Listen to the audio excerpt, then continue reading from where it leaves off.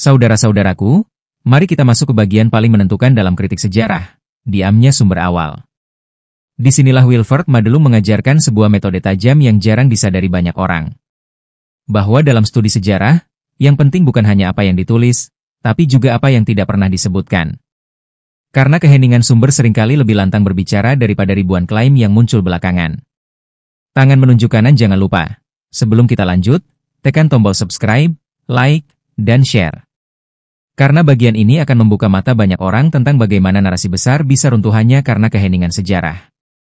Madelung berkali-kali menunjukkan bahwa ketika sebuah figur atau peristiwa diklaim begitu penting, tapi tidak pernah tercatat oleh sumber awal yang kredibel, maka itu tanda besar adanya masalah.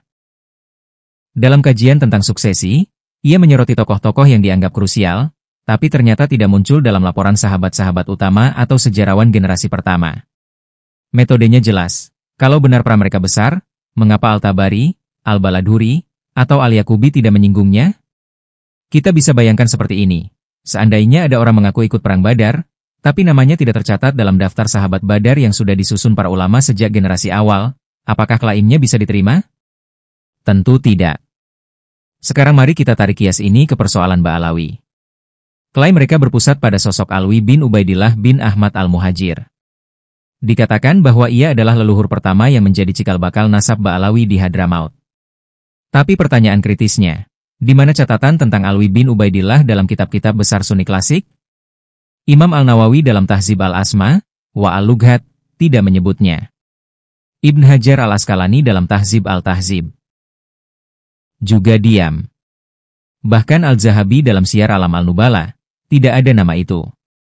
Padahal, ulama-ulama ini sangat teliti dalam menulis biografi tokoh-tokoh penting. Mereka mengarsipkan bukan hanya para ulama besar, tapi juga figur kecil yang punya kontribusi dalam sanad ilmu atau peran sosial. Maka, kalau benar Alwi bin Ubaidillah adalah figur besar, bagaimana mungkin nama sebesar itu lenyap dari radar sejarah klasik? Saudara-saudara, disinilah letak bom waktu itu.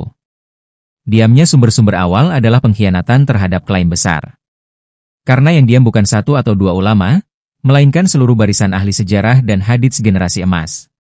Kalau benar Alwi bin Ubaidillah adalah cucu dari Ahmad al-Muhajir, lalu menjadi leluhur puluhan ribu Ba'alawi yang tersebar di seluruh dunia, tidakkah ulama besar Sunni mencatatnya?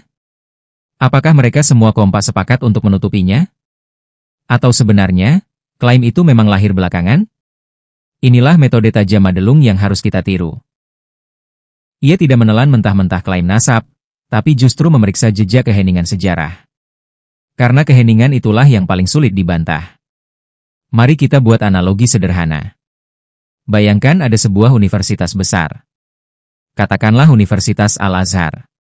Setiap tahun mereka mencatat daftar rektor, dekan, dan profesor yang berpengaruh. Lalu ada orang datang 200 tahun kemudian dan berkata, di antara rektor terdahulu, ada seorang tokoh besar bernama Fulan yang mengajar ribuan murid, punya pengaruh luas. Tapi ketika kita membuka arsip resmi universitas, tidak ada nama Fulan di sana. Tidak disebut oleh rektor sebelumnya, tidak disebut dalam daftar pengajar, tidak pernah masuk catatan akademik. Apakah kita akan percaya pada klaim orang yang datang 200 tahun kemudian? Atau kita lebih percaya pada arsip kontemporer yang hidup sezaman dengan para tokoh itu? Jawaban logisnya jelas, arsip kontemporer lebih kuat daripada klaim belakangan. Begitulah persisnya posisi sosok Alwi bin Ubaidillah dalam sejarah. Madelung menegaskan, absence of evidence in early and authoritative sources must not be ignored. Rather, it may indicate that later claims were constructed to fill gaps of legitimacy. Artinya, ketiadaan bukti dalam sumber awal yang otoritatif tidak boleh diabaikan. Sebaliknya, hal itu mungkin menunjukkan bahwa klaim-klaim belakangan justru dibangun untuk menutupi celah legitimasi. Inilah prinsip yang menghancurkan klaim apapun yang hanya bertumpu pada narasi belakangan tanpa jejak pada sumber awal. Maka mari kita tanya sekali lagi. Jika benar Alwi bin Ubaidillah ada, mengapa Imam Nawawi diam? Jika benar ia leluhur besar, mengapa Ibn Hajar Al-Asqalani tidak menyebutnya? Jika benar ia cikal bakal Ba'alawi, mengapa Al-Zahabi tidak menulis tentangnya? Apakah kita lebih percaya pada ulama besar Sunni yang hidup dekat dengan zaman itu? Ataukah kita rela menyerahkan akal sehat kita kepada klaim silsilah yang baru terdengar ratusan tahun kemudian? Saudara-saudara, inilah kekuatan analisis Madelung. Ia mengajarkan kita membaca bukan hanya suara sejarah, tapi juga diamnya sejarah. Dan diam inilah yang meruntuhkan klaim besar yang dibangun Ba'alawi. Di bagian selanjutnya, kita akan membandingkan lebih tajam lagi, cermin Fatimiyah dan Ba'alawi. Bagaimana pola fabrikasi nasab itu ternyata serupa. Sama-sama muncul belakangan, sama-sama bertumpu pada figur yang problematis, dan sama-sama dijadikan tiket legitimasi sosial. Tangan menunjuk kanan, jangan lupa untuk subscribe, like, dan share video ini. Karena apa yang akan kita kupas pada bagian berikutnya akan lebih mengguncang lagi.